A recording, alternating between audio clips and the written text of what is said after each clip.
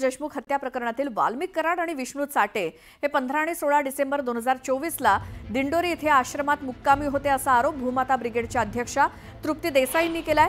त्यामुळे एकच खळबळ माजली आहे। कराड आणि विष्णू चाटेला तिथे कुणी आश्रय दिला, तसं सीआयडीचं पथक तिथे जाऊन आलं, मग त्यांनी या ठिकाणाचं सीसीटीव्ही फुटेज का बघितलं नाही किंवा बघितलं नाही का, असा थेट सवाल तृप्ती देसाईंनी उपस्थित केलाय। नाशिक जिल्ह्यातील दिंडोरीचा जो आश्रम आहे, जो अण्णासाहेब मोरेंचा आहे, त्या आश्रमामध्ये 15 डिसेंबर आणि 16 डिसेंबरला वाल्मिक कराड आणि विष्णू चाटे हे दोघेही आश्रमात वास्तव्याला होते आणि 17 डिसेंबर रोजी त्या आश्रमातून ते बाहेर निघालेले आहेत। याच्यानंतर धक्कादायक माहिती अशी की जानेवारीच्या पहिल्या आठवड्यात जेव्हा वाल्मिक कराड स्वतः सरेंडर पुण्यात झाला, तेव्हा त्याच्या आधी सरेंडर होण्याच्या आधी 2-3 दिवस आधी सीआयडीचं पथक नाशिकचं जे आहे ते त्या आश्रमात गेलेलं होतं।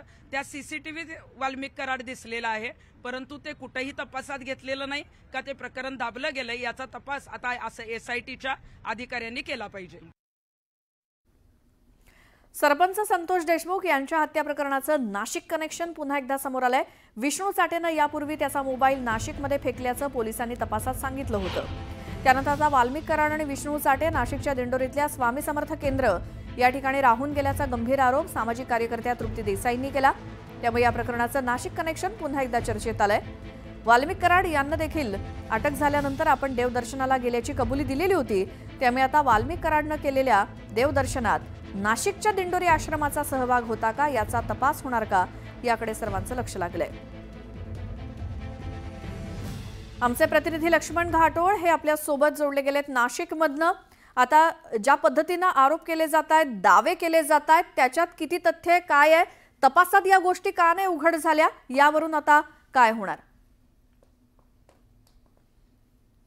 खरं तर हे सगळे आरोपच आहे। या प्रकरणातलं तथ्य जे आहे ते तपासानंतरच समोर येईल। मात्र या प्रकरणाचं नाशिक कनेक्शन जे आहे ते यापूर्वी देखील समोर आलेलं होतं। विष्णू चाटेने आपला मोबाईल नाशिक परिसरात फेकल्याचं त्यांनी पोलीस तपासामध्ये सांगितलं होतं, ज्यावेळेला बीड पोलिसांनी त्याचा तपास केला त्यावेळेला।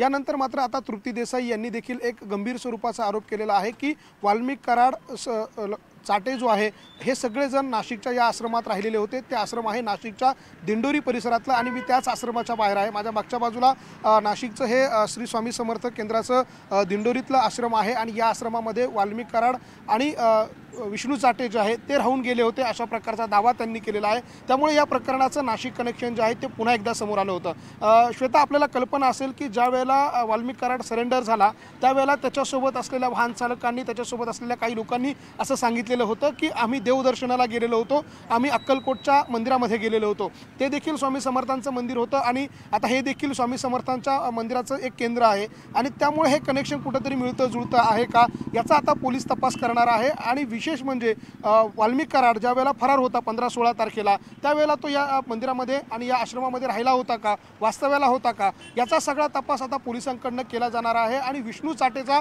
जो मोबाईल आहे तो नाशिकमध्ये नेमका कुठे फेकला गेला याचा देखील शोध जो आहे तो पोलिसांना घ्यायचा आहे। त्यामुळे या प्रकरणाचं एक नाशिक कनेक्शन जे आहे ते हळूहळू समोर येताना पाहायला मिळतंय। मात्र या सगळ्या प्रकरणावरती या आश्रमाचे जे व्यवस्थापक आहेत त्यांच्याशी देखील आपण बोलण्याचा प्रयत्न केला, त्यांची देखील बाजू समजून घेण्याचा प्रयत्न केलेला आहे। पुढच्या काही वेळामध्ये त्यांची अधिकृत प्रतिक्रिया जी आहे ती तृप्ती देसाई यांच्या आरोपावर येईल। मात्र या सगळ्या प्रकरणामुळे श्वेता, वाल्मिक अर्थात सरपंच संतोष देशमुख यांच्या हत्येचं कनेक्शन, वाल्मिक कराड फरार असताना तो लपल्याचं जे कनेक्शन आहे ते या ठिकाणी मिळते। त्यामुळे आता आणखी एक फरार आरोपी अद्यापही रेकॉर्डवर आहे, तो म्हणजे कृष्णा आंधळे। आता हा कृष्णा आंधळे नेमका कुठे आहे याचा देखील शोध आता या सगळ्यामध्ये पोलिसांना घ्यायचा आहे। त्यामुळे आता या प्रकरणात पुढे नेमकं काय होतं हे बघणं महत्त्वाचं असणार आहे। मात्र या प्रकरणातलं वारंवार समोर येणारं नाशिक कनेक्शन नेमकं काय पुढे येतं हे बघणं महत्त्वाचं असेल। श्वेता, लक्ष्मण, आणि याकडे तुम्ही लक्ष ठेवून राहाच, माहिती घेत राहा। तुर्तास धन्यवाद या सगळ्या माहितीसाठी। त्यामुळे वाल्मिक कराड खरंच नाशिकमधल्या दिंडोरी इथल्या या स्वामी समर्थ केंद्रामध्ये वास्तव्यास होता का,